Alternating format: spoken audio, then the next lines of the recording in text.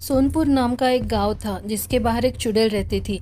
गांव के लोग बहुत ही खुशहाली में अपना जीवन बिता रहे थे और ये बात चुड़ैल को हजम नहीं होती थी।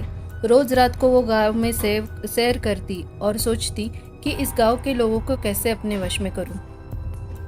एक दिन गांव में सैर करते हुए उसने दशहरा और रावण की कहानी सुनी और उसे पता चला कि रावण तो असुरों का राजा था। तो रावण से एक मुंह मांगा वरदान पाने के लिए उसने रावण की तपश्चर्या करनी शुरू कर दी।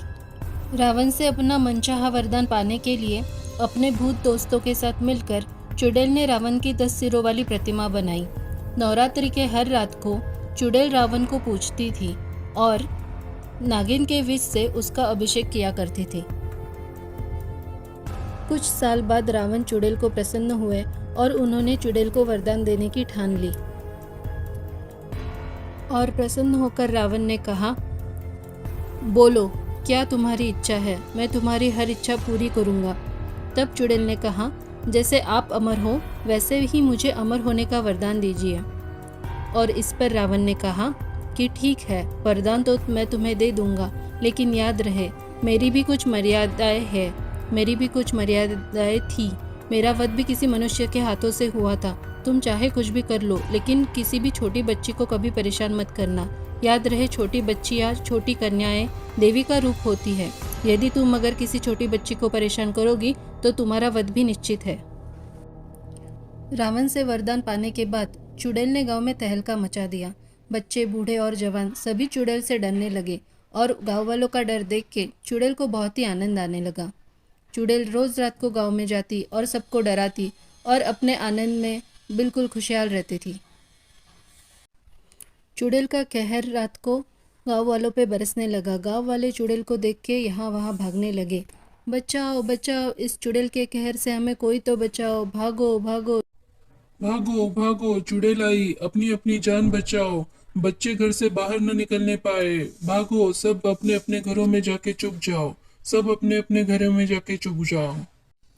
चुड़ैल के खौफ से बचने के लिए सभी गांव वाले तांत्रिक बाबा के पास पहुंचे और बाबा से मदद की याचना करने लगे। बाबा बचाइए हमें, उस चुड़ैल से हमें बचाइए। वो बहुत ही खतरनाक है, वो गांव को बर्बाद कर देगी, वो हम सबको मार देगी। बचाइए बाबा, उस चुड़ैल के कहर से गांव को बचाइए। घबराओ नहीं, ऐसी बहुत सी चुड़ैलियों को मैंने ठीक कर दिया है। मैं कल शाम को गांव में आऊंगा और अपने मंत्र से उस चुड़ैल को अपने वश में कर दूंगा। उसके बाद वो चुड़ैल गांव में किसी को कभी नहीं सताएगी। चलो, मैं तुम्हारे साथ चलता हूँ। दूसरे दिन तांत्रिक गांव में पहुंच गए और रात को उसने चुड़ैल को देख के अपने घर से बाहर आ गए। और फिर चुड़ैल और तांत्रिक का आमना सामना हुआ और तांत्रिक ने कहा, वही रुक जा, अब मैं तुम्हारा कहर इस गांव पे और बरसने नहीं दूंगा। मैं अपने मंत्रों से तुम्हें वश में कर दूंगा। इसके बाद कभी तुम इस गांव को परेशान नहीं कर सकोगी। रुको वहीं, मैं अभी अपने मंत्र तुम पे फेंकता हूँ। गांव में तांत्रिक को देखकर चुड़ैल को बहुत गुस्सा आया, लेकिन वो तांत्रिक पे जोर से हंस पड़ी। हा हा हा हा। अरे ओ तांत्रिक, तुम मेरा कुछ नहीं बिगाड़ सकते। शायद तुम्हें पता नहीं, मुझे रावण से बहुत बड़ा वरदान मिला है और उसकी वजह से मुझे कोई नहीं मार सकता और तुम्हारे मंत्रों का मुझ पे कोई असर नहीं होने वाला। चुपचाप यहाँ से चले जाओ, वरना तुम भी मारे जाओगे। मैं किसी को नहीं छोड़ूंगी, तुम्हें भी नहीं छोड़ूंगी। चले जाओ, वरना तुम भी मारे जाओगे। हा हा हा हा। और उसके बाद तांत्रिक ने बहुत कोशिश की, लेकिन उसके मंत्रों का चुड़ैल पे कोई असर नहीं हुआ। आखिरकार तांत्रिक को वो गांव छोड़कर चले जाना पड़ा। इसी तरह एक रात गांव वालों को परेशान करने के लिए चुड़ैल गांव में आने लगी और वो रात थी दशहरे की रात। गांव वाले अपनी पूजा की तैयारी में मग्न थे और तभी चुड़ैल वहां पहुंच जाती है। जैसे ही चुड़ैल गांव के पास पहुंची, उसका सामना एक छोटी बच्ची से हुआ। अपने अहंकार में डूबी हुई चुड़ैल अपने वरदान की मर्यादा को भूल गई और उसने उस छोटी बच्ची को मारने की कोशिश की। और फिर जैसे ही चुड़ैल ने छोटी बच्ची पर हमला किया, तब उसका वरदान टूट गया और फिर छोटी बच्ची ने दुर्गा माँ का रूप धारण किया और चुड़ैल से कहा, हे अहंकारी चुड़ैल, अब तुम्हारा वरदान टूट गया है, तुम्हारे पापों का घड़ा भर गया है।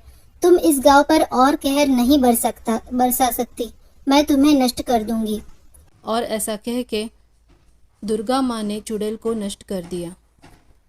माँ दुर्गा ने चुड़ैल का सर धड़ से अलग कर दिया और इसी प्रकार गांव वालों को चुड़ैल से हमेशा के लिए मुक्ति मिल गई।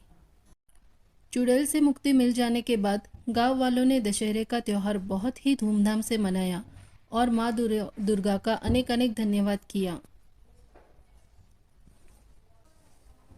दशहरे की उस रात गांव वालों ने चुड़ैल के शरीर के साथ उसने बनाई हुई रावण की 10 सिरों वाली प्रतिमा को भी दहन कर दिया और इसी प्रकार साबित हुई फिर एक बार बुराई पर अच्छाई की जीत। इसी प्रकार की मनोरंजक कहानियों के लिए हमारे चैनल को सब्सक्राइब करें, वीडियो को लाइक और शेयर ज़रूर करें।